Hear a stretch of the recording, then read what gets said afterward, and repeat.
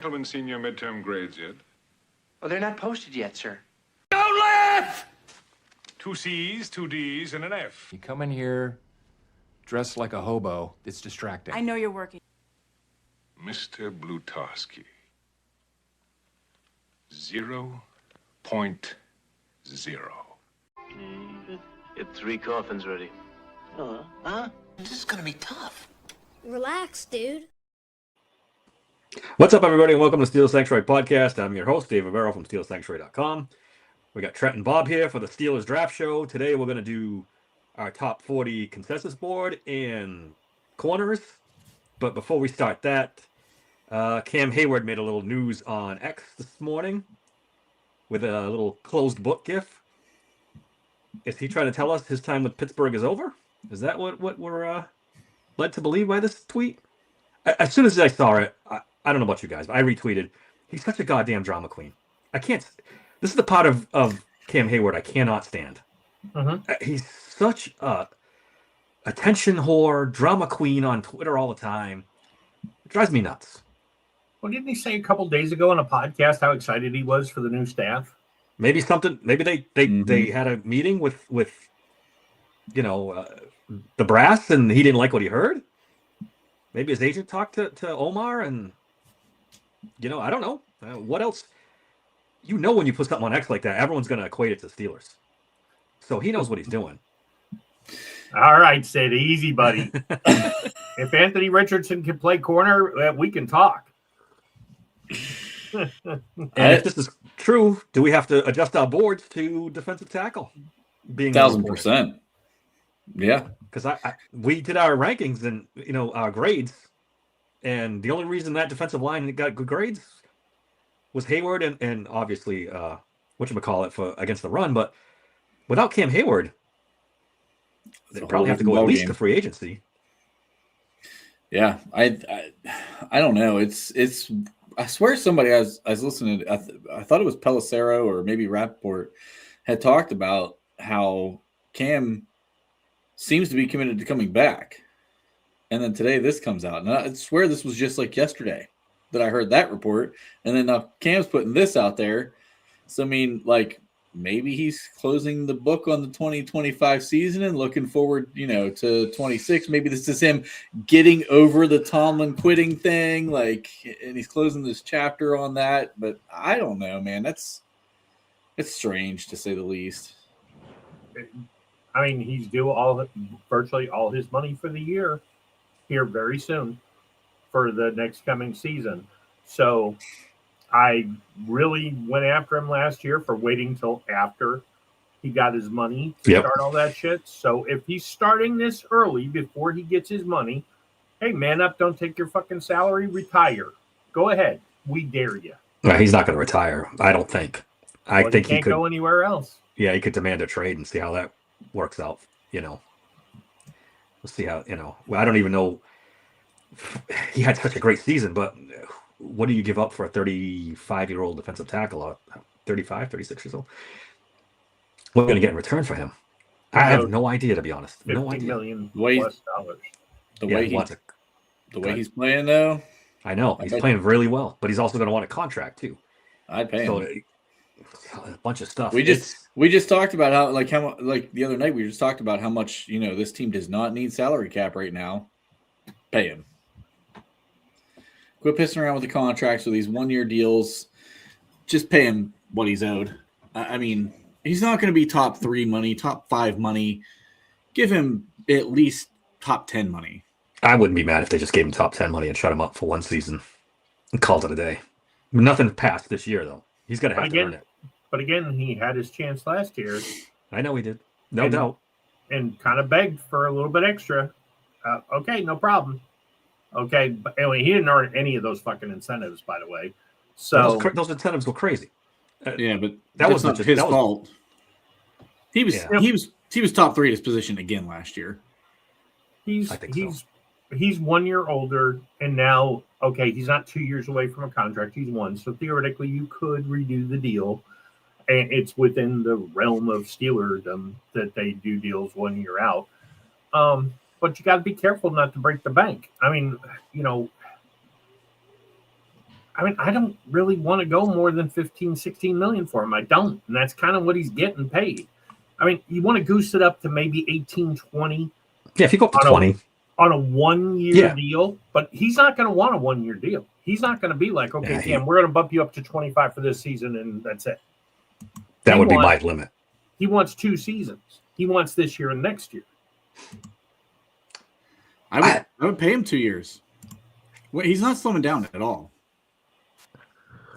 I mean, that's the thing. That's really risky, Trent. At his age, he could get hurt at any time. If you do a 2 year deal, spread it out over 3 years, with the third year being an opt out, I don't think that's unreasonable. And like guys who are power interior guys play late in their careers, and he is predicated completely on power. Now, if you're going to bank on him getting 8 to 10 sacks a year, you're not getting that guy through those 2 years.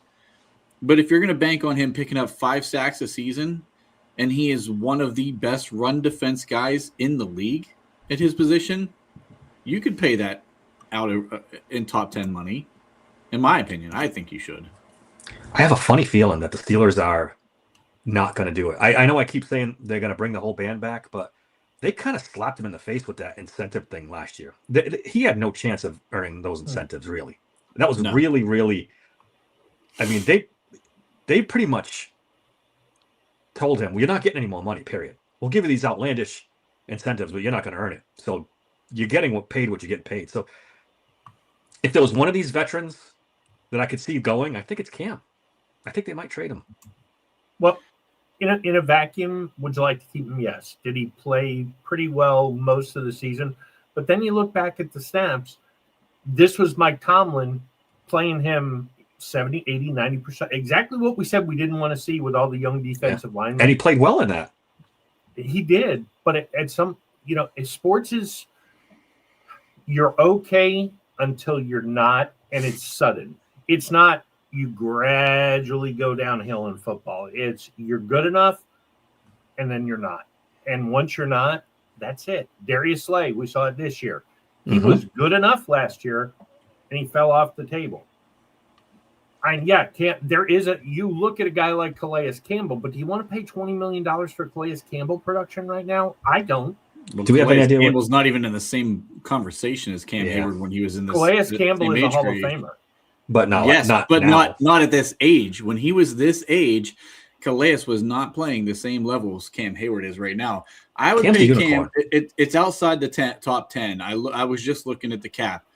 I would pay Cam 2 years, $40 million, guarantee the majority of it. It puts him underneath Christian Barmore and Dexter Lawrence, Leonard Williams. So you're under those guys. You're under Kenny Clark, even though I think he's better than Kenny Clark. And you're just ahead of like Vita Vea, Ed Oliver, Jonathan Allen. He's better than all these guys. Javon Hargrave, Javon Kinlaw. I mean, he's better than all of those guys. I would pay him $20 million a year.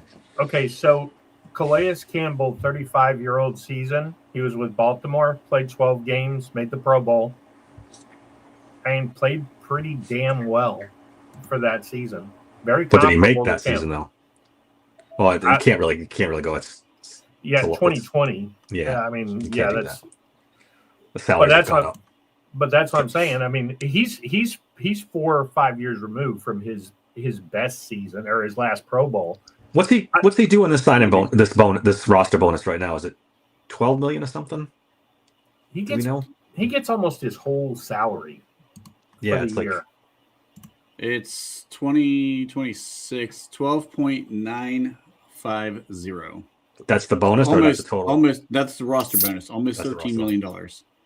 And I think he's owed what, 15, 16? His cap number is he's 19,150 against the cap. So that's part of his signing bonus. That's part of the signing bonus. That's the whole contract against the cap. It's prorated signing bonus 4.9. I don't have a problem bumping him up to $20 million. That's like $7 million more than he's scheduled to make on that roster bonus, and call it a day. And then, like Sid's saying here, 2 years, $30 million, 20 guaranteed. We'll pay you 20 this season, 10 next season. Take it or leave it. Yeah, see, this is the problem. That's what we say. He's not going to want it. He doesn't want that. No. So that's what I think. That's why I think he's not doing. If he's doing 2 years, you're going to pay $40 million for Cam Hayward. The only thing that kept him here, I think, is Mike Tomlin. Now that Tomlin's gone, he's going to demand a trade. Well, I think Omar should come out publicly and negotiate and say, Cam, we're going to pay you 1 year, $25 million. And if he says no, then he becomes the bad guy as usual. 25 would be hefty. Yeah, but they get you away from the 2 year deal. Yeah, it would. It's worth it the would. extra five. That's top four money. Yeah, it's worth the extra five to me to make sure that he is not under contract next season. Yeah, I'd have to do the math and see how much, if you stretch it out, how much vision. dead cap it is if he gets hurt this year and he can't play anymore. You're probably looking at what, top of my head, 10 million dead cap if you try to stretch that out, which is with the cap at 305 million. It's not that big a deal, honestly, but it's going to go up next year too. I'm sure it'll be around 310 next year. Here's my whole thing.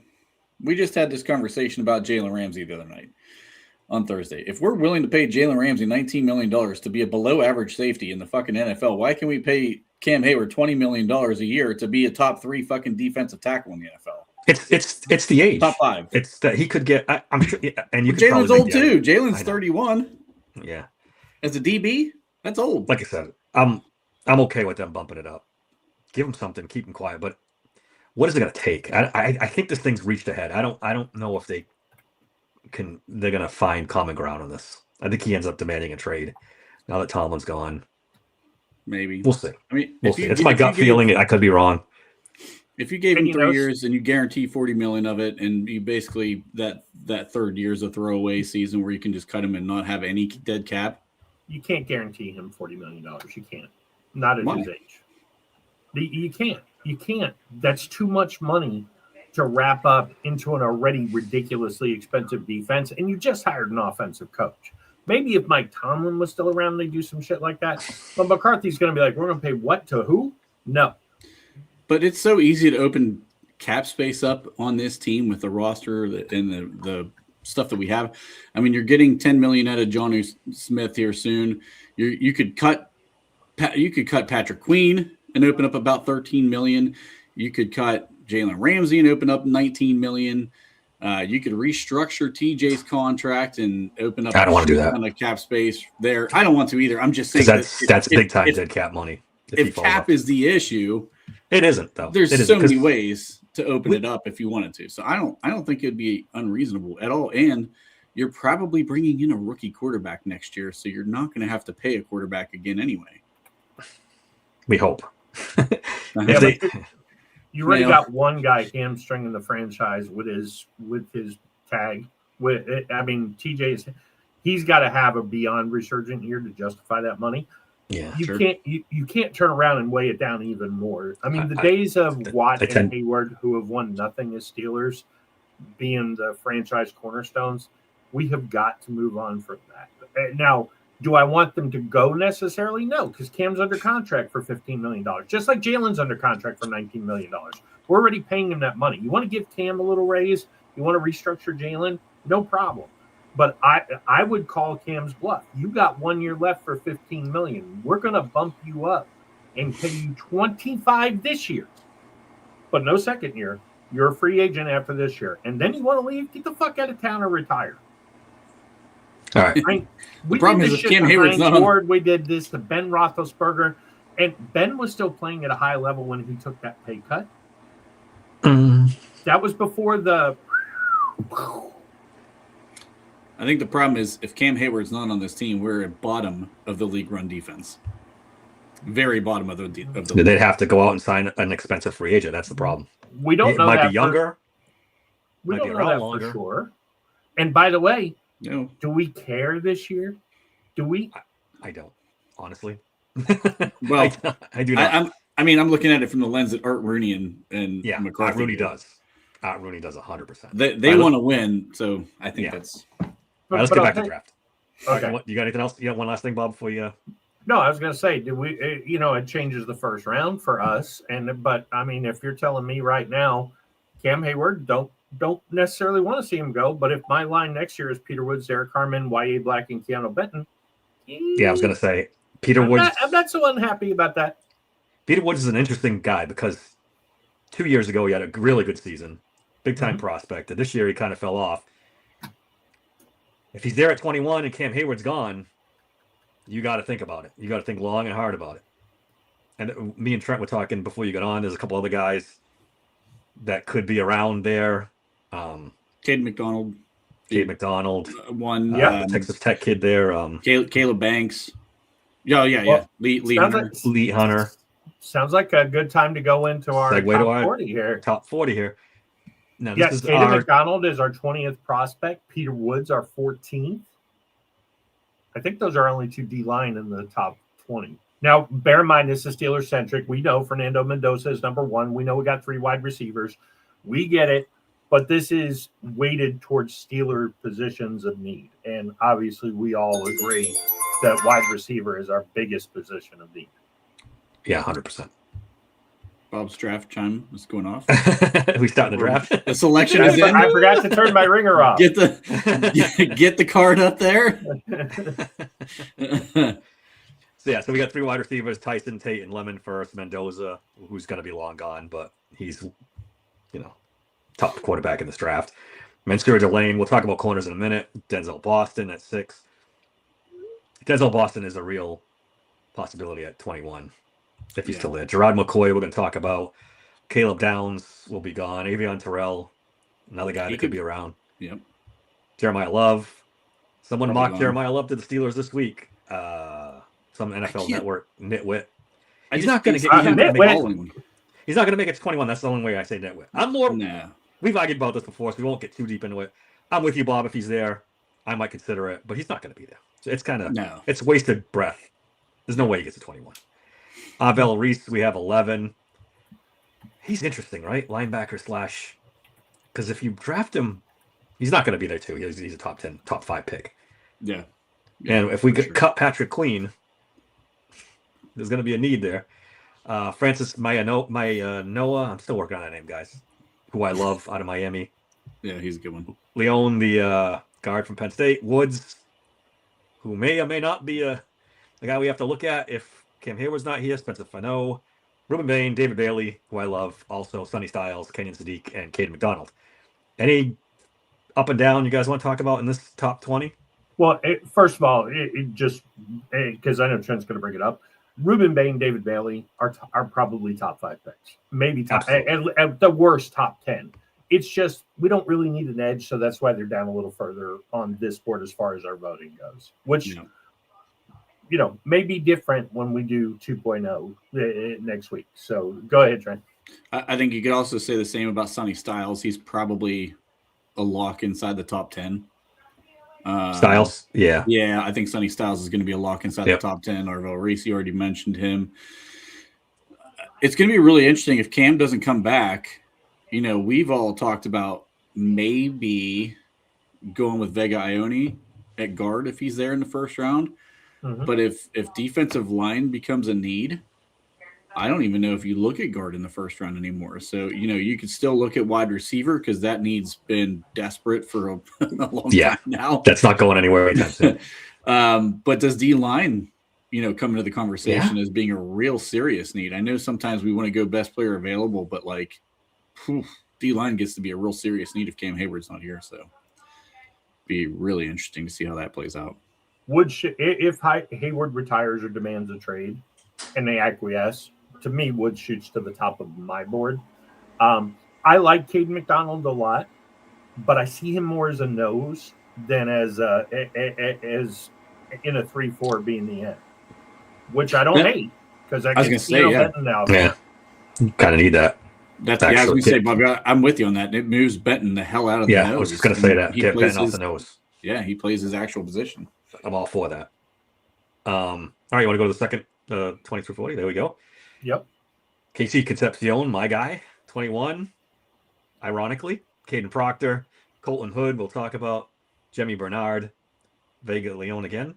We had him in our top. I think we may have spelled his name wrong, and that's why he showed up twice. All right, Brandon Cisse, Trinidad Chambliss. Let's talk, boys.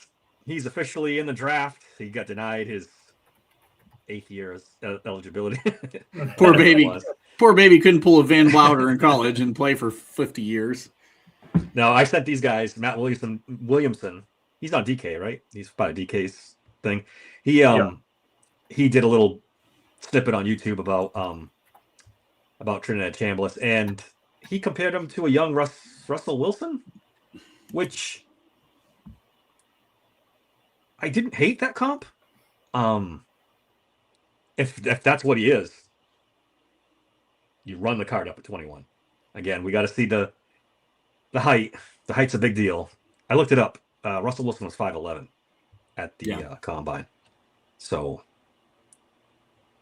I mean, no, you don't. And let's not forget, Russell Wilson was a 3rd round pick who went to a run heavy offense and turned into a decent borderline Hall of Fame type quarterback. Yeah, borderline Hall of Fame. Until he fell off the cliff. But I don't think even if you go back to that draft, you run the card up for Russell Wilson in the 1st round. At least if you knew what you were getting in hindsight, you know what I'm saying? That's what my point. A guy who his teammates hated, who had a nice little run on his rookie contract, who like the Seahawks, yeah. I don't know. I think that a lot of teams would have gone. Russell Wilson was a good quarterback for a good. The problem with these guys, and this is the thing, my thing with the height. When you're that size, you need your athleticism. Once the athleticism leaves you, as we saw with Russell Wilson, it goes fast. Yeah. It goes really fast. So that's the thing. When you draft a short quarterback, you're probably putting a time limit. You're not going to get a Tom Brady who lasts into his 40s. That's not happening. So I just can't see taking Chambliss in this draft when you have a plethora of guys coming out in the next draft. That I agree with you. I mean, that I like, 100% agree.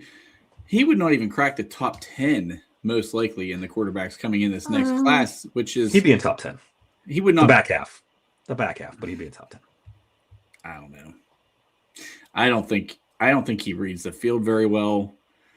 He is pure athleticism. I don't think he knows how to play quarterback. I think he just relies on his athletic ability, which works in college. If you revert back to what we saw with Justin Fields at Ohio State, I disagree. He looked like the most dominant quarterback, which is why he went inside the top 5. But now, that you get to the NFL, these guys are all smart and they all know how to, take away your best abilities. And Chambliss he wanted to go back to college for a reason. The money. We talked about this. It was the money. I don't know. There's no, come on. I mean, all right. We'll spend too much time on this. We're going to be spending a lot of time. I would say with Chambliss, just to be real quick, I would say with Chambliss, if you can get him in the 3rd round, it's a great pick. Can I get him in the 3rd round? Then pass. I think he's going in the 2nd. Yeah, I might do it in the ceiling. 2nd. If he measures 6 foot, I would do it in the 2nd. But if he's 5'10", 5'11", no, it's the 3rd. And if you lose out on him, you lose out. So what? I do agree that I've said it a million times. I want my quarterback in 2027. Build the team this year. Don't waste your draft picks on a quarterback unless it's in the 7th round. You but want if they're held back, take Taylor Green.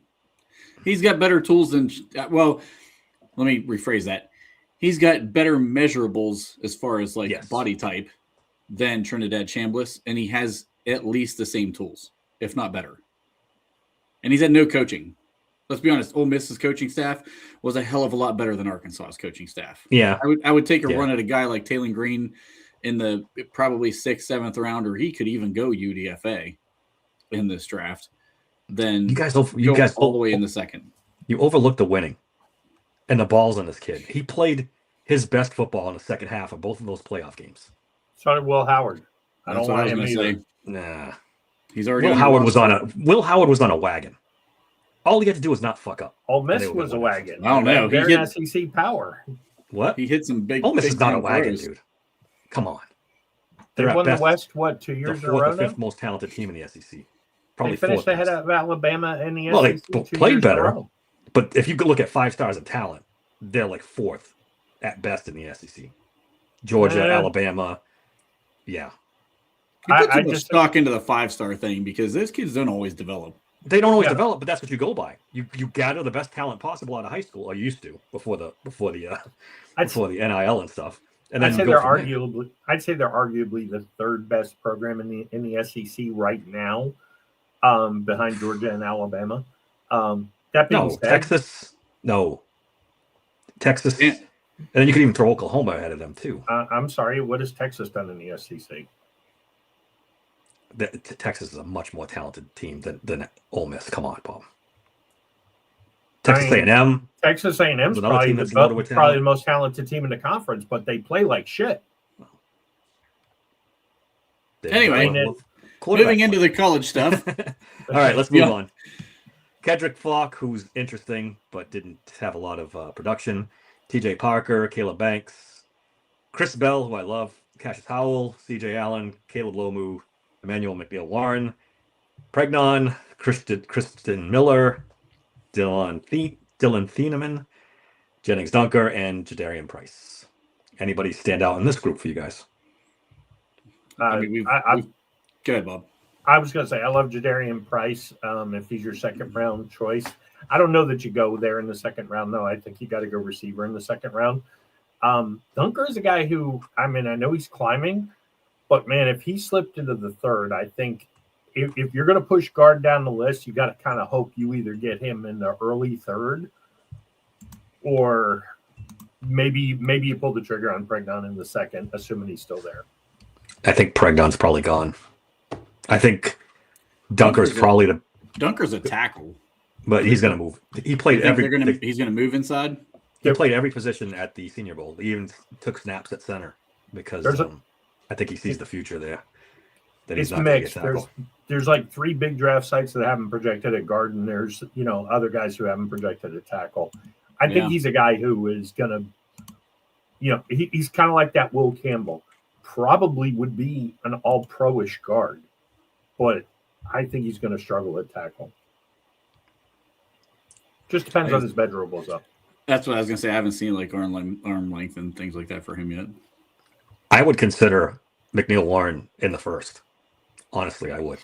I fell in love with that kid when I watched him.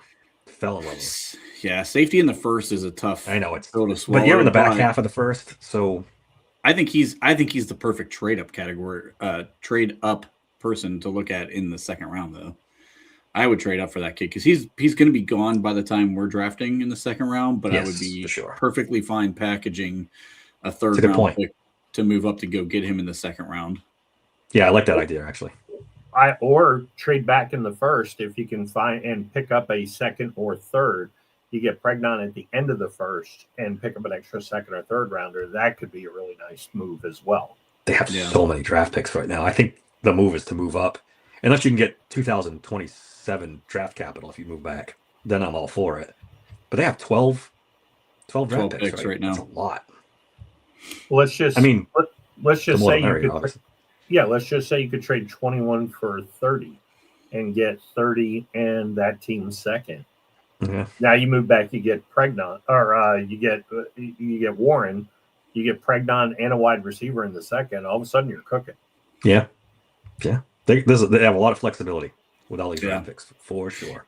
It is usually harder to trade back, which is why most teams don't do it. Unless you got Atlanta wanting to give you a first round pick for next year.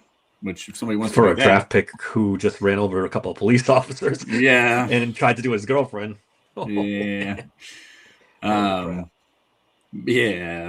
not have been the best idea. What a disaster for Atlanta. But I think McNeil-Warren is definitely the highlight of this list here for sure. Second, I agree.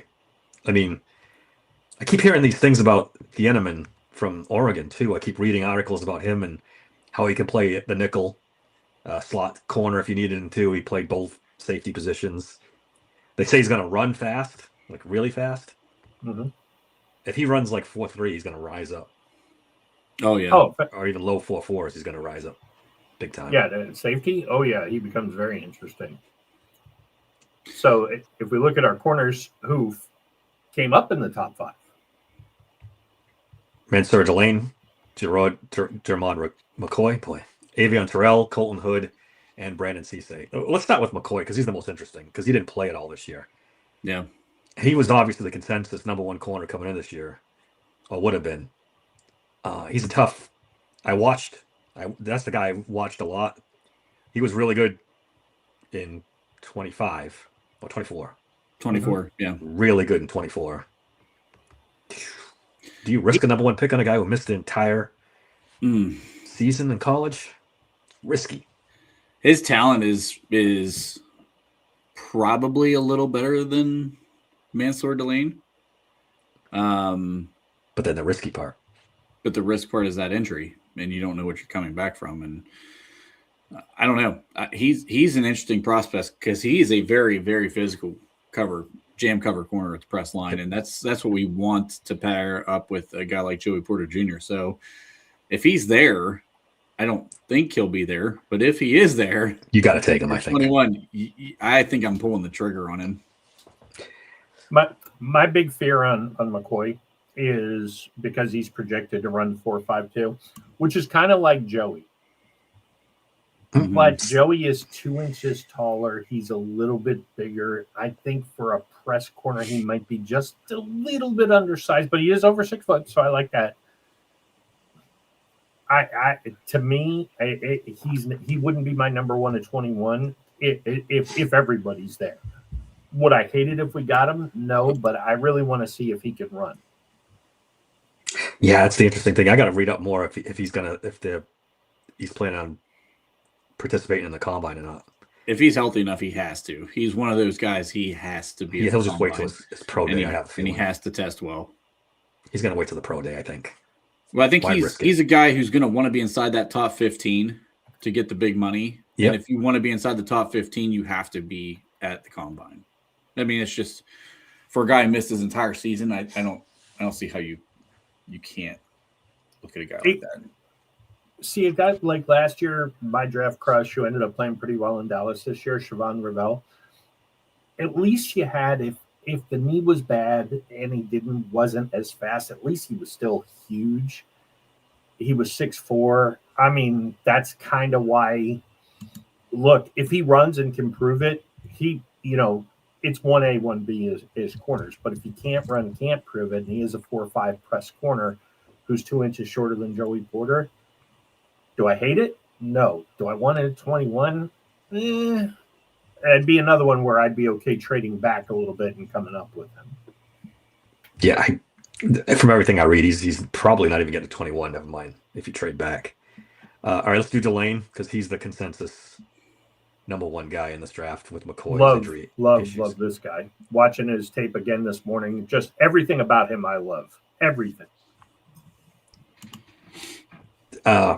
I agree. He's a good corner. I don't think we have to spend a lot of time on him because he's going to be gone in the top 10. He's definitely going to be in the top 10.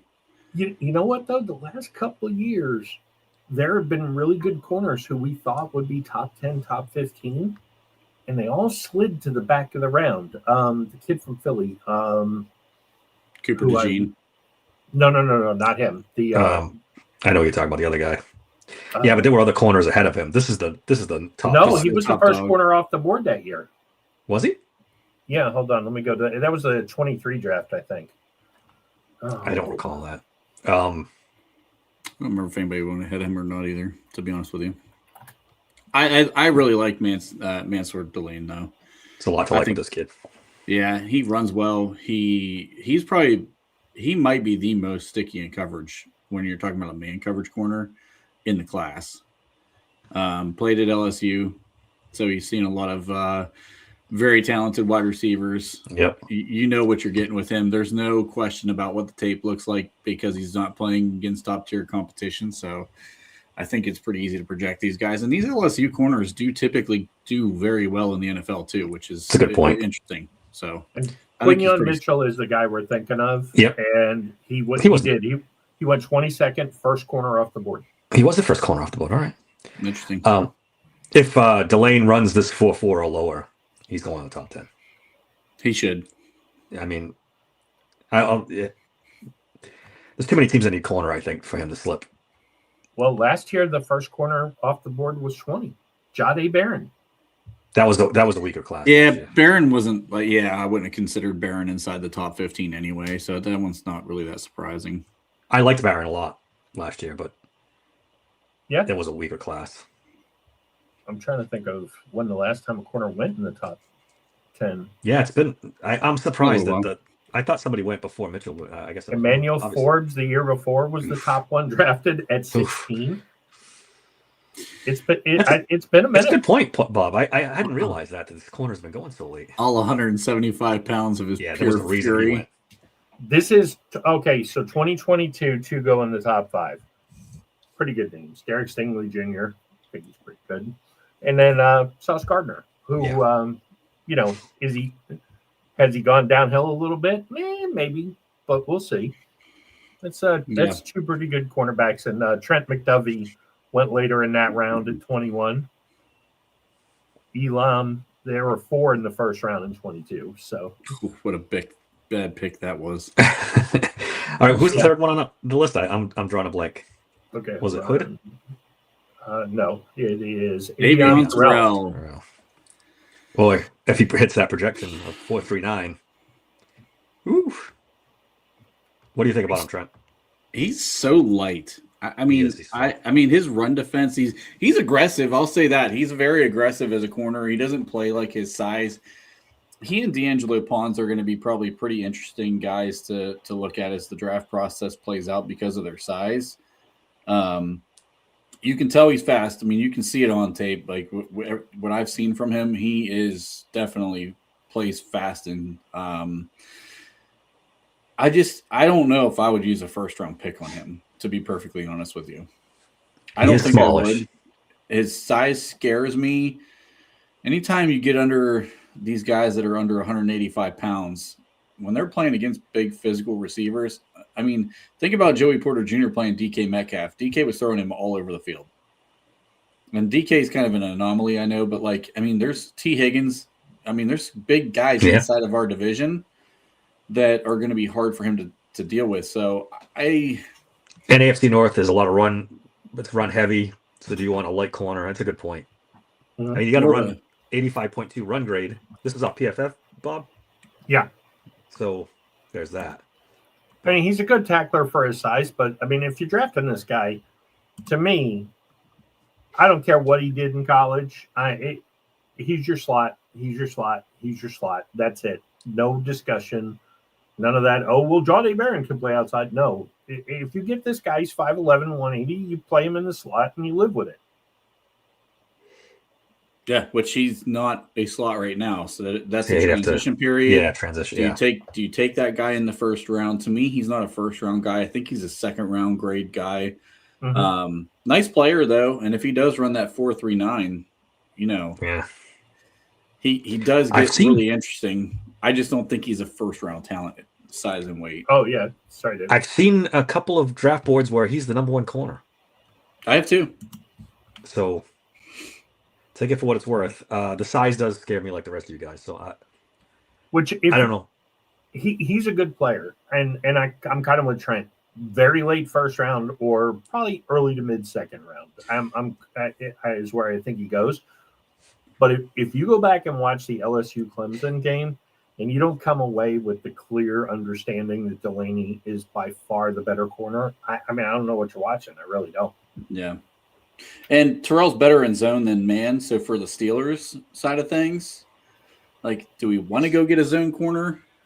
I mean, I would prefer a guy who's better in man than I would a guy who's better in zone, because we desperately need a physical press corner to go across from Joey Porter Jr. so we can run the defenses we've been trying to run since we drafted that goddamn kid. For the love of God. Please, I will say this: if you watch Delane's tape in zone, he's a beast. He breaks back on the ball so fast, and they're not playing a lot of man at LSU. I mean, he has a good man grade, but when he dropped, like in the cover 2, where I'm thinking where Joey got burned a lot, where, hey, do I keep going? Do I stop? Do I play the flat? What do I do? Delane will run back with you, and as soon as he realizes it's short, boom, he is on it, and he can hit. I really would. I would consider trading up for him. I really would. I'm sorry. Who are you talking about again? Delane. Delane. If he fell to like, if it got to 8 and he was still there, I'd start doing what I could to move up. Ooh, I almost put McCannaday as my sleeper. Oh, this is interesting too. Clemson fans saying the scheme's holding a lot of these defensive players back this year. All their defensive players underwhelmed this year, so it could be something to that. There's a lot of truth to it, right? Yeah. So maybe he's right. Peter Woods, T.J. Parker, probably way better than where they're sitting right now. Yeah, he said T.J. Parker right there. I was going to ask about Nate Wiggins because he was smallish and fast too for the Ravens, but he was a little taller.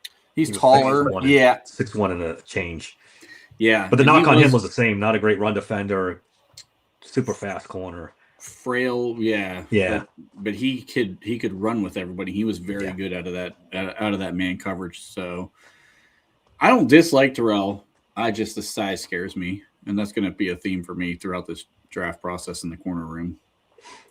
All right, and who's next? Colton Wood. Yep, Colton Hood. Colton Hood. Mm-hmm. 6 foot 195, projected 4.43. Dion protege. Although he abandoned Dion. Remember him? Interesting guy. You didn't like Colton Hood, right? Trent, is that what you said? I know Somber doesn't like him. No, Somber doesn't like him. Yeah. Somber doesn't like either of the Tennessee guys. Yeah.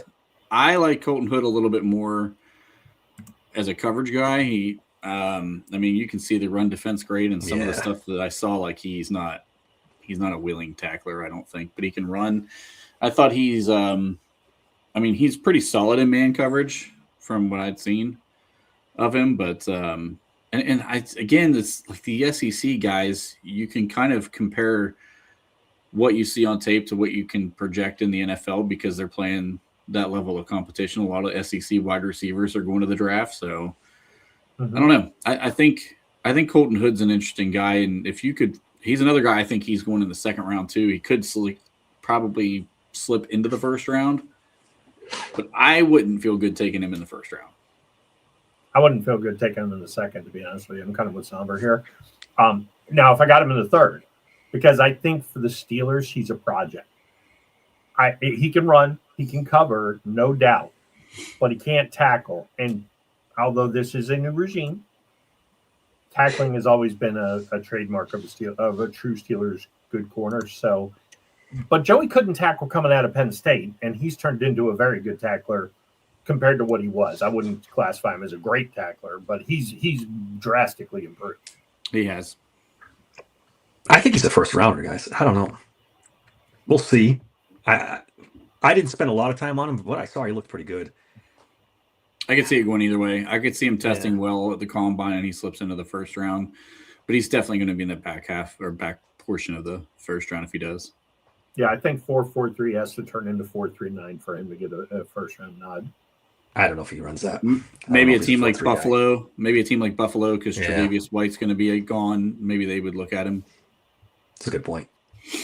Is that it? Was that 5 for us? I lost track. Nope. We got one. No. Brandon Cisse. That's right. 6 foot 190, 4.35. He runs that. I know. Yeah, this is the guy you weren't a fan of. This is the guy I'm not a fan of. I don't have him. He's only 70.5. I don't have him until 10th on my list. I don't think this kid's good in coverage. Now he was. I could be wrong. He was 1 or 2 in his class coming out as a corner prospect. Mm-hmm. He was very, very, very highly recruited. It was kind of shocking he went to South Carolina. He had a ton of NFL draft buzz because of his talent level, but he's just never, ever lived up to it, in my opinion. He is a better tackler than he is a 90 run grade. Do you move him to safety? But at 4.3, he's only 190 pounds. I mean, like I don't know. That's a small safety. Yeah, I think he's a project guy in the NFL. Somebody's going to take a chance on this kid. I don't like him. Yeah, if he tests like this, he's going to be at least second round. Yeah, he's not. He looks bigger than 190 when you watch him on the field. Like he looks bigger than 190, but he just. I don't know. I don't think he's that good in coverage. I don't like his technique. I don't like the way that he I don't know if I don't know the word I'm looking for, but he almost looks like the kid with ADHD. Like, ooh, There's a squirrel. Like in coverage. That's what he looks like to me. Like he just loses focus. Wasn't that the knock on even Worry too? That he would come in and out of games. That's why he fell, because he tested off the charts. But the production wasn't there, and the knock on him was that's the South Carolina thing. Maybe they get bored over there. I don't know. Well, now if he falls to the third somber, I'm with you, buddy. Yeah. And here's the thing: if he really runs this time, and I think he's going to, then somebody's going to take him, and somebody's going to way overvalue. I like that one, Steele. Somebody's going to way overvalue this kid because of the speed. And look, if you're willing to be patient, like let's say he goes to Philly and he's like their third or fourth corner, then it becomes interesting because they can kind of wait on him to develop. I mean, at this point, you got some work to do, and it's usually the other way around. Is okay, you can cover, but we got to teach you how to play the position and tackle. This is going to be the exact opposite. He's not in Daniel Jeremiah's top 50. I was just scrolling through. Yeah, I was going to say this kid is, man, he's the kind of guy, if Mike Tomlin was still here, I could see us drafting. But I do not see the current regime prioritizing this enough to pick him in the overvalue that he's probably going to have. But I'm with Somber. If this kid was here, if he was there at the end of the second round, I'd be trading third round picks to get him. Yeah. So his this is what scares me about him. His worst games: Texas A&M, LSU, Alabama. LSU didn't really have any good wide receivers either. Yeah, the big games. Yeah. No, he played fairly well against Oklahoma and Ole Miss, but that was the Oklahoma when what's his face had his broken hand and they had the backup in. Yeah. He played fairly well-ish against Clemson, but I mean, who didn't play well against Clemson this year? Like they had a down year. They need to do a 30 for 30 on what happened to Clemson this year. Yeah, it was just crazy. Dabo needs to be out of there. All right, want to do our sleepers? Yeah. So here's my guy, Chris Johnson. I mean, they got him 55th overall on PFF. I mean, maybe sleeper's kind of a stretch, but he's the second overall graded corner, and he's a big guy. I think the problem is because he played for San Diego State. Everybody's saying he's going to run slow. And look, if he runs 4.55, we're going to be able to get this kid in the third round. I don't think he's going to run 4.55 though. I think he's going to be in the high 4.4s, in which case he's going to start shooting up draft boards, kind of like Mitchell did a couple of years ago. It was, he's not going to run fast. Then he ran fast, and everyone was like, oh shit, he's the best corner in the draft. This kid has a lot of intangibles. I mean, again, competition-wise, is it the best San Diego State? Yeah, but look, a corner. I don't like that he's not a great tackler, but I feel like I'd rather have the project of, okay, you can shut the pass down. We're going to teach you how to tackle. They taught Joey how to tackle, like I said before. I think they take this kid. John, Summer, that's a good point. Competition, it will be the thing. I think he's got to run fast. If he runs 4.55, you can't, late third, early fourth is where I see this kid going. I think 40 time is the most important for corner of any other position. Yeah, he runs 4.48, 4.49. He's going to be a second round pick. Yeah. Right now, I think that's where he's probably projected is in the second round.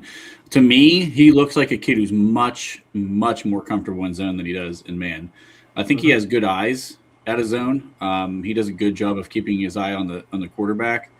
He reads and diagnoses routes and where the quarterback's trying to go with the ball pretty well. So I like that side of him. He's another guy that I have seen a lot of people talk about to the Steelers. I personally don't think he's a great fit for the Steelers, but if he runs well and he learns to play better in man coverage, you can teach him to tackle. Yeah, there's room for some growth here. He could end up being a pretty good corner. Yeah, you can't just pick him and expect that he's going to step in and be a starter, though, because of the competition. Yeah. Yeah. All right, who's next? There we go. All right, Trent, you're up. Prysock, this is my sleeper. So he's a later round guy in this draft class, probably a 6th round pick right now. The size and length are intriguing to me. 6'4", 195 pounds, which isn't big for a 6'4" guy. But listen, last couple of years, we're starting to see these big, long corners that are starting to find success. Used to always be a thing where if they were 6'3", 6'4", I don't think that's a guy that you want to go after because typically they don't change direction very well. They're not very fluid in their hips. I think he's better than a lot of these other long corners. So he's intriguing. And if you don't get your DB early in the draft, I think he's a guy that you could really target. And the 4.52 40 time, that's not terrible, especially for his length, because he can make up a little bit of ground with that length too. So what did Joey Porter run? I thought he was 4.50. 4.5. 4.5 flat, right? Yeah. Yeah. Yeah. You're talking about him being right there. And this is another guy. Long, I think he's better in man coverage, which I like. So I think and he's a willing tackler too. So I think he's an intriguing guy for me late in the draft. Yeah, it didn't Washington has another corner who's 6'4". Yeah, Takario Davis, right? Yeah, Takario Davis. I know. I'm pretty sure that's Somber's guy he brought up last week. Takario's rated a bit ahead of Sock. I think I had him pulled up earlier. I can't remember where he's at now. Takario is 160 right now on PFF's board, and Sock is considerably lower than that. So, all right, and my guy's Jalen Kilgore, 6'1", 211. I think he's a little faster than 4.48. We'll see. This is a slot / safety / do it all for you type corner. It's not an outside. If you're looking for an outside guy, that's not him. I started watching him. I did a couple mocks, and I knew he was in the back end of the draft.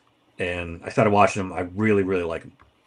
I think he's a good piece to fit in. I don't know where the Steelers are at slot. We talked about Jalen Ramsey. Is he going to play safety? Is he going to play slot? If they decide to keep Jalen Ramsey at safety, this is a guy you could consider. I think, what do you guys think? 3rd roundish for Kilgore? Maybe a little later than that? I think later. You think later? 4th round? Later. His coverage skills aren't as good. He'd be a really nice big nickel, especially early down type stuff. Honestly, if Pittsburgh took him and Ramsey staying at safety, if you had him and Eccles where you could kind of rotate those guys in as the big nickel in the rundown situations, and even out of like dime situations, he could be like a cover the tight end type guy with that speed and his size. Yeah, like he's an interesting guy. The way he tackles too, if you watch him, he's a monster for his size. So not a typical outside corner guy. If that's what you're looking for, this isn't it. But no. But if you're looking at sleeper guys, like he's an intriguing piece for sure. There's another guy who I wouldn't necessarily classify as a sleeper. I didn't put him on the list, but I almost went with him over Chris Johnson. But ultimately, I thought Johnson is a little further down the board because of the competition. Keith Abney from Arizona State. Somebody's going to be very, very happy that they drafted that kid. And I kind of hope it's us. And he's kind of in that, if we can't get those maybe top 4, I may even like him a little better than Hood and Cisse at this point. I'm probably going to vote for him the next time we do it because I started watching his tape. Man, I mean, he's a little bit more of his own corner because of the scheme at Arizona State. I think he's got that potential to really play. Man, he's kind of like not as good as Delane breaking back on the ball, but man, I like that kid. I have Keith Abney 4th on my list, right behind Avion Terrell. Yeah, I like his game a lot, and I do think he's a really good man cover corner. Yeah, he didn't get a lot of opportunity to show it though. That's the one thing. He is a very good. There was another sleeper that I liked too, Josh Moten out of Southern Miss.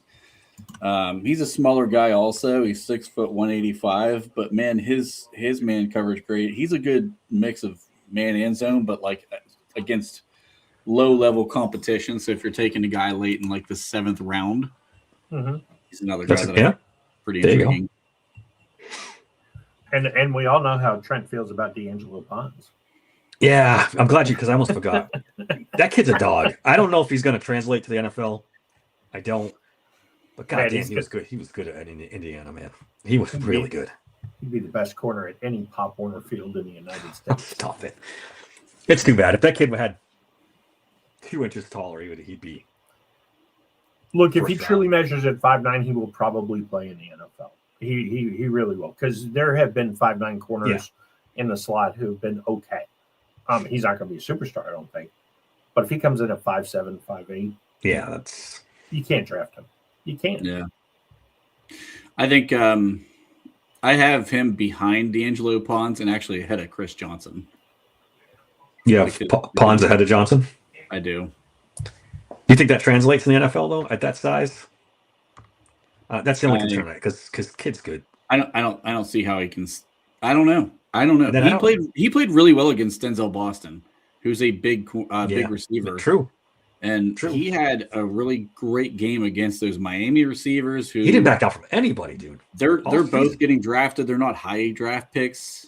But I mean, he's played really well against everybody he's played against. So you can't knock it. Actually played pretty well against Ohio State too. I mean, he is the best man cover corner in the draft. In my opinion. I think he's the best man cover corner in the draft. And he understands how to use his body and positioning probably better than anybody else, and it's because of his size. Like, he has had to learn to play that way to have success at his size. So I just think, man, I don't know. He'd be a tough guy to pass up because of the success he's had. But man, that durability part scares the shit out of me with him. Yeah. I don't know if he's going to hang for 17, 18 games a year by the time you get into the playoffs. That's a good point. And the punishment that they take as opposed to what they play in college. That part scares me. And Emmanuel Forbes is the perfect guy to look at for why it should scare you, because he had all the talent and he just can't stay on the field because he's too undersized. Yeah, Pons is the one out of anybody on that defense that stuck out to me the most watching Indiana. He was always playing well, always on the ball. It's too bad. Yeah, if he's there in the third, you got to snap him up, right? If you think about roll the dice, fuck it. There's another guy who's interesting because he got a year under Belichick, Thaddeus Dixon out of North Carolina. I'm interested to see how he's going to do at the combine. He's supposed to be super fast, and he's bigger. He had some Belichick tutelage. I'd be interested. We've got at defensive back, you kind of. I mean, that could be an interesting name. Who is probably? I know some boards have him as high as 6th, but I've seen him as low as 20th in the corners. Dixon? So yeah. I mean, that's an interesting guy. I mean, I think if he really runs 4.39, he's probably closer to 6 to 10 range. But let's say he goes a little slower and he's 4.43, 4.44. He's probably going to be in the teams as far as a cornerback. So could be an interesting late 3rd or early 4th round pick. He looked rough stuff on the practice. I watched all 3 of the practices of the one-on-ones with the wide receivers and the DBs. Mm-hmm. He looked rough in that one. Yeah. Adam brings up Scott from Miami. He's a slot, right? Yep. Mm-hmm. He's up there too. He's up there. He is. He's actually right above D'Angelo Pons, 6 foot 194. He graded out ridiculous though. He 91.2 run defense, 87.1 coverage grade. Pretty evenly split between man and zone.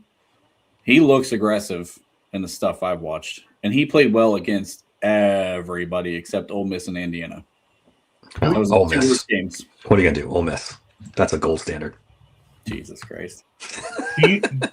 So let me ask you a question. I mean, I would trade up for Delane in the first round within reason. I'm not trying to trade up into the top 5 for him. But is there anybody who, hey, if this guy's on the board in the late 20s in the first round, that you start packaging picks to go up and get? If you've already drafted, like you're saying, after 21, and you want to trade up, and I don't know if I don't think so. I was thinking about this today. I don't even know. I know we voted this corner being the third biggest need. I don't even know if it is. We only have one on the roster. But two, right? Eccles is on the roster, right? Eccles is on the roster still. Joey Porter Jr. and then goes downhill from there. You got the two IR freaking champions. Yeah. So it is, but I don't know. I'm trying to think offensive line might be more. The more I think about it, I think this class has some sneaky depth at corner to where I don't want to trade up for a guy because I think another one can fall into your lap somewhere else. Mm-hmm. So I don't know if I want to trade up in this class for a corner unless you really think Delane could be falling into that 17 range, and then you start looking at moving up 4 spots. And then if Delane starts to fall, then you got to think about it. Then you can steal Yeah. What did you do in free agency at that point? What are the true positions in the need at that point? Like then you get into real interesting conversations because I think he's worth trading up for. What about if McCoy starts to drop 14, 15, 16? Do you think about? I think he's going to drop anyway because of that injury. Unless he tests out ridiculous, I think McCoy missing a whole season, teams forget about you. That's just the way it works in the NFL draft. So, man, if McCoy's there at 21. Yeah, obviously it depends on free agency and all that stuff if they've gone out and gotten a wide receiver or a corner, but that's like a lottery, ticket. He could be phenomenal. You could have a steal, or he could be. And honestly, if we bring back James Pierre, the need at corner goes way down, and you're looking way later in the draft anyway. So if we do bring James Pierre back, you do need a guy, but do you need a guy right away? Do you need him in the first or second round is my point. Like, can you wait on a guy who's a developmental piece in the third or fourth round? Pierre scares me. I don't know if you can rely on him being your second corner. He's got like 5 good games under his belt total in his career. Yeah. He would scare me if he was the number 2 corner. Yeah. I think it really depends. I don't want to necessarily see them go free agent looking for cornerbacks because that's usually extremely expensive to do. Yeah. I mean, I'm a much bigger fan of drafting corners or bringing in like a mid-tier vet, maybe not a 35-year-old vet this time. Bringing like a 27, 28-year-old vet, maybe. God damn it. Dave was the only one on top of that one. I got a hard and fast rule on corners. Don't sign them over 30. It's not like that way for me on a lot of positions, but corner especially. Do we want to talk about a few of the free agents? Sure. Yeah, sure. Throw a couple up there. So I have a list right now of free agent corners. That Nashawn Wright, who was the Bears corner, who, if you don't remember who he was, just think of the Mason Rudolph interception as soon as he came into the game. 6'4", he's nice play. Yeah, very nice play. And he locked down DK. I mean, he was one-on-one on an island. He was locking down DK in that game. So Nashawn Wright he's an interesting guy. I think he was 20. What did I tell you earlier, Dave? Was 25 years old? Yeah. So he's still very young. Tariq Woolen. Listen, if you go based on what he's done so far, Reek's probably not going to be a guy that you really, really want to bring in on your franchise. But if you look at this list, there's not a ton of names on here. Jalen Watson, he's another guy that I think is really intriguing. And then you start to go downhill based on production, and you're looking at what their projection could be. Greg Newsome. I kind of like Newsome. Jamel Dean would be the other 2 guys. There was a name that that Steel Loyal was laughing at here in chat. Did McCarthy have him in Dallas? Was McCarthy? Yes. I agree to laugh at Trayvon Diggs, though. The dude hasn't finished a season in 3 years. Well, in general, I agree. He's been hurt a lot. But because of the Dallas connection, would I pay a lot for him? No. But do I see them maybe taking a flyer if he's out there and he'll take a cheap contract? I don't necessarily think he's not a franchise saver, but I think he could end up in the Steelers. Yeah, would you rather have him or Pierre? Pierre. If I knew Diggs was healthy, Diggs. But if you know Diggs is healthy, that's a guarantee. Well, that's the problem though. He's not been healthy in 3 seasons. Did he have kind of an attitude problem last year in Dallas too? They benched him? Listen, they shipped his ass out for a reason. He's no George Pickens. He wasn't exactly traded. They just got rid of him. Yeah, they benched him for a while, and then did they end up cutting him at the end of the season? Yeah, they cut him. Yeah. So there's something going on there. I don't know what it is, but new regime too. That wasn't the guys who who had him and liked him a lot. So do I think? But that's kind of the Omar MO of, okay, you're kind of past it, but let's see if we can get it back one more time. And looking back though, do you wonder, was it really Omar going with these past the prime? Oh, here we go. Or was this Tomlin going, to get Darius Slay? He's a big name. Omar never did anything wrong. Blame it on Tomlin. I wouldn't say he never did anything wrong. He's obviously done things wrong at wide receiver. I think Slay was a Tomlin guy, if I'm being honest. I think Slay was, just like Patrick Peterson was. I don't want to let Omar off the hook, but I think both those guys, Tomlin had fondness for. Yeah. Stupidly.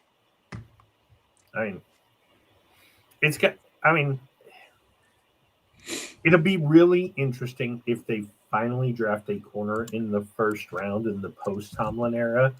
I think you got to go D-line, O-line in the first. You go wide receiver in the second.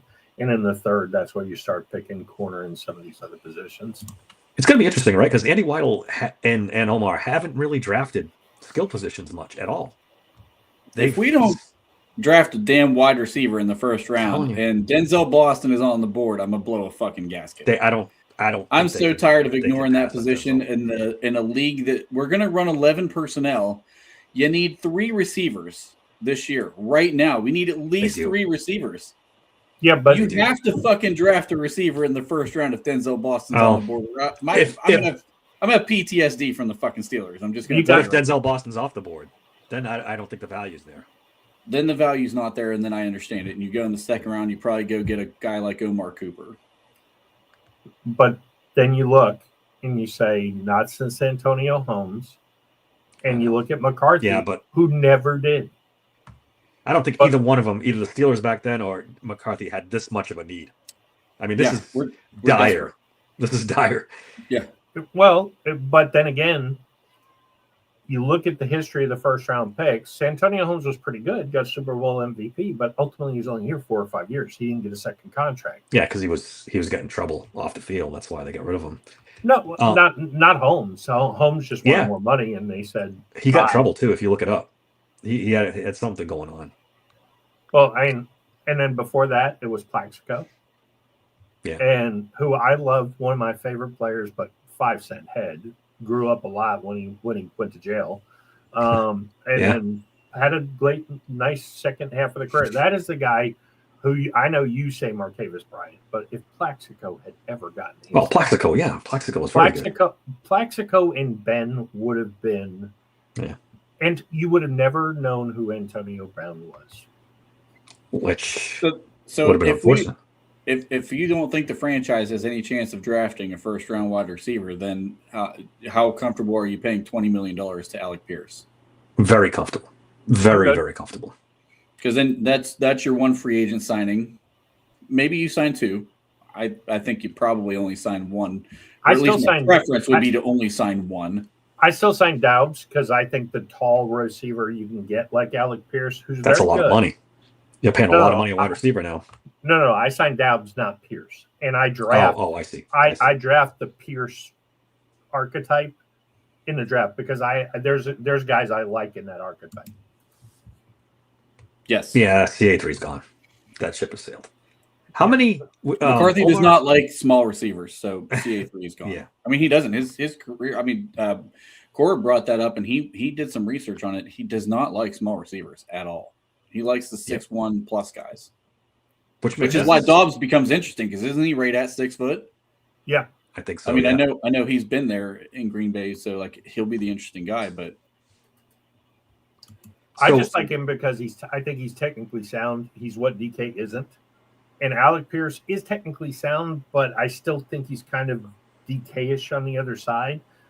And you still need that kind of I'm a route running technician, and I think Doubs fills that need. I mean, if you're telling me we're going to get Mekhi Lemon and Alec Pierce, I'm in. But if you're telling me we're going to get Alec Pierce and Malachi Fields, I still think we're looking for the route runner. Yeah, I like the route runner idea too, and that's why if you can get Omar Cooper in the second round, he runs out of your slot. He's the route runner. So that's why Romeo Dobbs was 6'1". I'm sorry. Go ahead. Oh, was he 6'1"? Okay. 6'1" and change. 6'1" and 7/8, 1/8. So let's just a little over 6'1". Green Bay has an archetype. They're you got to fit a mold in Green Bay. You do. Roman, I think, comes back because he's cheap. I do too. He's a rookie. Was he 5'10"? Yes. Yeah, Roman should be gone. I would cut him. I really would. 5'10" and a quarter. I mean, you're not paying him anything. That was a third round pick. Okay, fine. You can come to camp. Get water. Make sure that Aaron's hydrated. But hey, do I get to put the pads on today, Coach? Is all the water filled? Yes. Good. Start on tomorrow. So it's interesting. The Steelers have drafted under Omar and Weidl 1 wide receiver, and how many corners? Well, they got Joey Porter. Yeah. Two corners. JPJ and Corey Trice. Trice in the 7th round. And Dante Kent. Oh, and Dante Kent too. So three. They've drafted more corners. So yeah. You know what they drafted a hell of a lot of? Offensive and defensive line. Yeah. That's so now they're gonna have to switch gears eventually, and no better time than now. I like Hurst, by the way, Adam. I like him a lot. Yeah. You know what? I honestly, something, because especially with McCarthy being here, the thing that I've kind of really come around to, we completely lost the cornerback episode already. I really am coming around to having like a power slot type receiver, like an archetype of a power slot guy, like big, physical. If your boy Tebow Samuel type, not him. Yeah, if your boy from Louisville falls because of that injury and he can't be in the combine. Yes. Let's say that dude falls into the third round. Bell. Right? Chris Bell? Yep. Yeah. My God, if you could get a guy like that as a power slot, I'm all in. Oh, dude, that's a really intriguing thing for me. And then Roman Wilson, if he was your wide receiver 4, is that small, like change of pace, almost like how they do with running backs type of receiver, where you bring him in and you go with spread, and he could be a deep threat across from DK. I don't know, man. I'm coming around to that idea more and more. I'm with you, Sauer. Either one of the Bells. But again, Chris Bell's got that injury, so we don't know how the NFL is going to view him. He's not going to participate in any testing. So, but his tape is phenomenal. That's why I'm wondering if he falls down into that third round range, because he's probably at worst, he's probably a second round talent. If you go back and look with Devontae Adams when McCarthy was there, he operated out of the slot a lot. Exactly. That's why I started coming around. I was thinking about some of the guys he's utilized out of the slot, and I'm like, I'm telling you what, he might be bringing the power slot back here, where you get those big physical receivers that have a good release at the line of scrimmage. Do you think DK can do that? Oh, dude, I would put DK in the slot all freaking. I was arguing about that. How many times in War Room did I talk about moving that dude? Yeah, but if he's going to be your primary slot, then you definitely need to go out and get a couple. You need 3 or 4 wide receivers. Well, then you get Alec Pierce. You pay what you need to pay to get Alec Pierce, right? and Pierce, and then go get a guy like Bryce Lance later in the draft. Another big, tall, fast receiver. You want to be the bully boys that. Dude, I want nothing but fucking 6'3" and above right now. Wow. Dude, especially if guys can run. Man, you imagine at the goal line. And then you bring Darnell and Pat in with those 3, and you play and you go 5 wide and put Aaron alone in the backfield. If you're inside the 5-yard line, I mean, okay, just you look. He's going to look over the defense before it starts and it says, "Okay, who's the 5'10" guy covering?" He's just going to throw him the ball. Yeah, you need one smaller guy just to balance it out. Well, that's why I'm saying Roman Wilson's on the roster. He's your run him in some crossing patterns and stuff like that. Let him work the middle of the field with Pat Freiermuth. Like, I don't think he have these big monsters just go. I like it. I could be talked into that. I mean, the power slot is the way to go. I'm telling you. Yeah, I want the power slot to be back. But if you're gonna go a little guy, don't you go get one of those guys in the draft, and our little guy will be like 6'1", 6'2". What's Hurst? I think he's like 6 foot. Right? He's 6'3". Yeah, he's taller. Yeah, he's Hurst is taller. 6'3". Okay, so he can be our little guy. He's an outside. He's going to be an X or a Z. Yeah. His catch radius is pretty solid. Again, that's a competition thing, but he did pretty well at Senior Bowl too. He kind of stood out. So, not to mention the fact, look, if Aaron's going to get rid of the ball faster, if the offensive line starts to struggle, if you got a fucking basketball team out there of 6'3", 6'4", 6'5" guys, okay, take 2 yards. I'm going to throw it to you. Fall forward for 6. Okay, 2nd and 4, 1st and 10, 2nd and 3. 1st and 10, second down the field, and hey, you can throw it and get rid of it in 2 seconds. And if as long as it's DK falling forward or one of these giants falling forward, and hey, every once in a while, hey, I got a block. Okay, Alec, catch this long pass. all right. I could be talked into it. Yeah, definitely. Anything else on the cornerbacks before we get out of here? We get sidetracked as usual. We don't have Corb here keeping us in line. Yeah. Thank God. The chat keeps wanting the wide receivers. Let's be honest. Like, it's the biggest. They're going to drag. It's hard not to talk about that position. They're going to drag us into this every show. DK Lemon Lane. I think he means I'm not Lane. a big fan of Lane. No, not Lane. No, not a Lane fan. I want nothing to do with Lane. Yeah, he's big, awkward. He doesn't even high point the ball for a dude his size. He's 6'5" and can't high point. DK Boston and Pierce. Woo-hoo. Come on, talk about big. You want to go big? There you go. So, and draft the 6'7" kid from Houston too, the tight end. Yeah.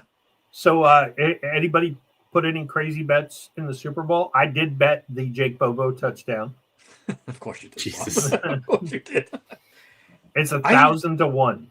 After we get off here, I'm going to sit down and look at my props and see what I want to do. I really don't have a good feel for this game at all. I don't know how this is going to go. I mean, on paper, the 12-5 battle-tested coming out of that NFC West. I just feel like the Seahawks came out of the best division in football, and let's face it, they earned their way. I mean, you know, Trent's been on them all year. I mean, I'm very late to the party here with the Seahawks. I'm not convinced on Darnold. Darnold scares me. That's it. Darnold scares me. I think they're going to take it. Good. I was going to say, I thought that's why they were going to lose to the Rams. I thought he was going to choke it there, but he played really good. He and JSN, they have a connection going in. They do have a connection. It's wild. Well, it's not wild. JSN's a great receiver, so he's smart. Go to that guy. Yeah. Go to the guy who gets open every play. Yeah. Who would have thought? Don't complicate it. Just do do I am going to bet. Or if you're the Steelers, you make sure that guy is the decoy and you throw it to fucking Calvin Austin. Yeah. God help me. With the Patriots, I mean, obviously Christian Gonzalez against JSN is going to probably be the key to the game, which is why I think Bobo is going to get loose. Because I forget who the other quarter is. He's not bad, but he'll be on Cooper Kupp, which means I think Bobo and maybe the tight end Barner, they eat in the middle of the field a little bit against. Don't think they'd rather throw to Rashid Shaheed? I mean, obviously they'd like to go deep, but I think that what's the other New England corner's name? I can't think of it right now either. I kept wanting to say Jack Jones, but I got it pulled up. Hold on, I'll tell you right now. He's pretty good. Carlton Davis. Yeah. Oh yeah. They got. So you send Shaheed deep, and you pull him out, and then now you've got Barner and Bobo in the middle of the field. Or what I really think is going to happen a lot is I think Kenneth Walker is going to really hurt them in the screen game. I know people think the vaunted Patriots run defense, but I'll believe that when I see it. I mean, we ran the ball pretty well against them. I said this on the fantasy show. I think the key to this game is can the Patriots mask Will Campbell's and that left side of their lines deficiencies. Seattle's got to attack that. They're going to put the quarterback under a lot of pressure, hopefully, and that leads to some turnovers. That's because Will Campbell's not a good tackle. And he's a rookie to begin with in a Super Bowl game. That's recipe for disaster. So it'll be interesting to see if Seattle decides to move DeMarcus Lawrence, the veteran, over top of him, the veteran against the rookie, because I know I'm spacing on the kid's name, the kid from Minnesota. Seattle. Him up. Yeah, the edge rusher. Oh my gosh, I talked about him last time when we played him. Actually, hold on a second. But I mean, he's the type of guy who's probably going to give Will Campbell a ton of problems because he is the speed with the bend off the edge. He doesn't finish a lot of sacks. Is that what you're talking about? No, he's not from Minnesota. He rotates. He's a rotational guy. Oh, Boye Mafe. He was the one I was thinking of. I think Boye Mafe could be a secret ingredient to Will Campbell's issues because he's got that speed and the bend to give Will some issues. Yep. And Lawrence could be that bull rush speed to power guy that, it's going to be interesting to see how they play this. But Will Campbell's going to be the key to keeping Drake May upright or not. I also think you can't let Drake May win the game with his legs. I mean, and I don't think Seattle will. I'll fight. Well, I like that. Good call. Yeah. I mean, I think it's, at some point, at some point it's got to be, hey, it was too soon. And kind of like Ben in that first year when the Steelers were 15-1, where he just barely got by. And I feel like May tried to give the game to the Texans. He tried to give the game to the Broncos. I just feel like if he comes out and he plays, if he turns the ball over more than once, I just can't see how the Patriots can beat them. I really don't. Seahawks secondary is pretty good. Hopefully they're sticky enough to. And the Patriots wide receiver group is not good. It's just not good. Diggs. He's over the hill now, and Kyle Williams could be sneaky here because I think he could toast Tariq Woolen at will. The question is, they don't play him very much, and if they do play him, are they going to be able to hold the ball that long to get the ball down the field to him? Yeah. He's a guy I was shocked about too, because Kyle Williams I thought was going to have a little bit of pep in his step going into that offense with a lack of receivers, but I'm shocked Kayshon Boutte is the guy who's getting all the playing time over him. And Bootie's actually been pretty good. Yeah. Bootie's been pretty good. Yeah. It's going to be something weird's going to happen in the game, though. That's why I said I feel like it just feels like the Willie Parker Super Bowl where, Kenneth Walker will be the most dominant offensive player, but Willie won't get Willie didn't get rewarded with the MVP. Hines did for throwing the touchdown pass, or catching the touchdown pass, I should say. Randall L threw it. But if you're looking at somebody that's going to be like Willie Parker, it's Trevion Henderson, right? He could make a couple big plays to break this game open.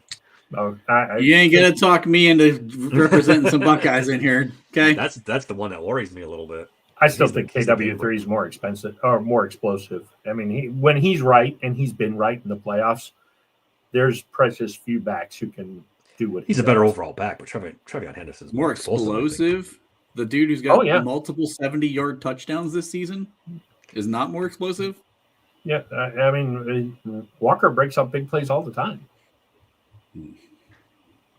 I'll take him long term. That's why I think. Not to mention the fact Trevion Henderson is he, fourth string in New England at this point? No. He's 1A to they're a rotation. Yeah, I mean, and look, I don't think you can run on the Seattle defense. Nobody has. We'll see. That's the part that's going to be interesting because they have played very well in the run game. All right, guys, we've gone pretty long, and we're way off the cornerback thing now. Trent will be back on Monday with the Here We Go podcast to go over the Super Bowl and whatever else. Mock Draft Tuesday, and then we'll be back Friday with our regular show. You guys in the chat were great as always. Thanks a lot. A lot of great names you brought up today. Big help as always. Don't forget to like and subscribe. And until next time, thanks for listening to Steel Sanctuary Podcast. All right. And just like that, I left everything. See ya!